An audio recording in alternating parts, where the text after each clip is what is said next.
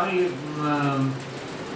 একটা ব্যাংক থেকে আমি বেরিয়েছি, কিছু টাকা পয়সা নিয়ে আমার টাকাটাকে অজান্তে আমার ব্যাগ থেকে কেটে নিয়ে চলে গেছে। হ্যাঁ, অনেক টাকা। তো যাই হোক, এই টাকাটা নিয়ে চলে গেছে। মনের বাড়িতে এসে খুবই খারাপ লেগেছে।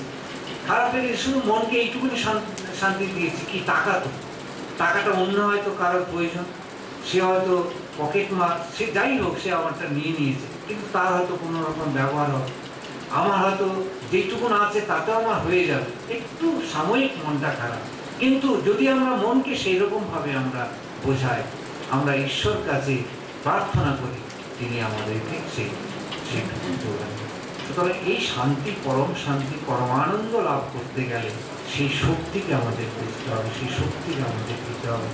সেই শক্তির জন্য আমাদের জপ, ধ্যান, ভাব, উহাভাব এইগুলো আমাদের লাভ করতে হবে।